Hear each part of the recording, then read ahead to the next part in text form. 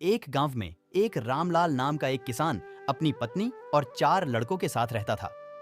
रामलाल खेतों में मेहनत करके अपने परिवार का पेट पालता था, लेकिन उसके चारों लड़के आलसी थे, जो गांव में वैसे ही इधर उधर घूमते रहते थे। एक दिन रामलाल ने अपनी पत्नी से कहा कि अभी तो मैं खेतों में काम कर रहा हूँ, लेकिन मेरे बाद इन लड़कों का क्या होगा?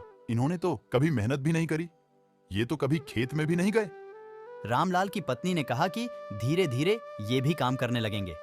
समय बीतता गया और रामलाल के लड़के कोई काम नहीं करते थे। एक बार रामलाल बहुत बीमार पड़ गया। वह काफी दिनों तक बीमार ही रहा।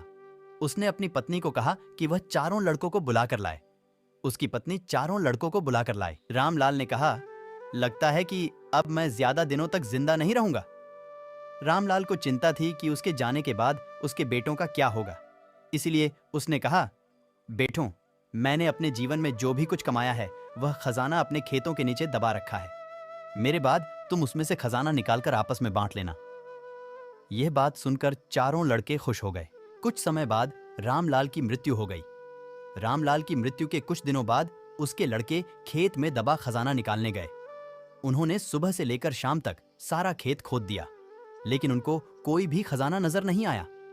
लड़के घर आकर अपनी माँ से बोले, माँ, पिताजी ने हमसे झूठ बोला था। उस खेत में हमें कोई खजाना नहीं मिला।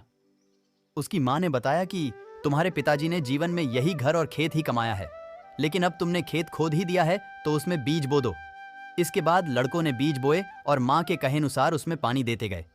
कुछ समय बाद फसल पककर तैयार हो गई, जिसको बेचकर लड़कों को अच्छा मुनाफा हुआ, जिसे लेकर वह अपनी माँ के पास पहुंचे। माँ ने कहा कि तुम्हारी मेहनत ही असली खजाना है।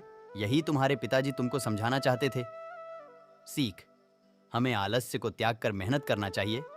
मेहनत ही इंसान की असली दौलत है।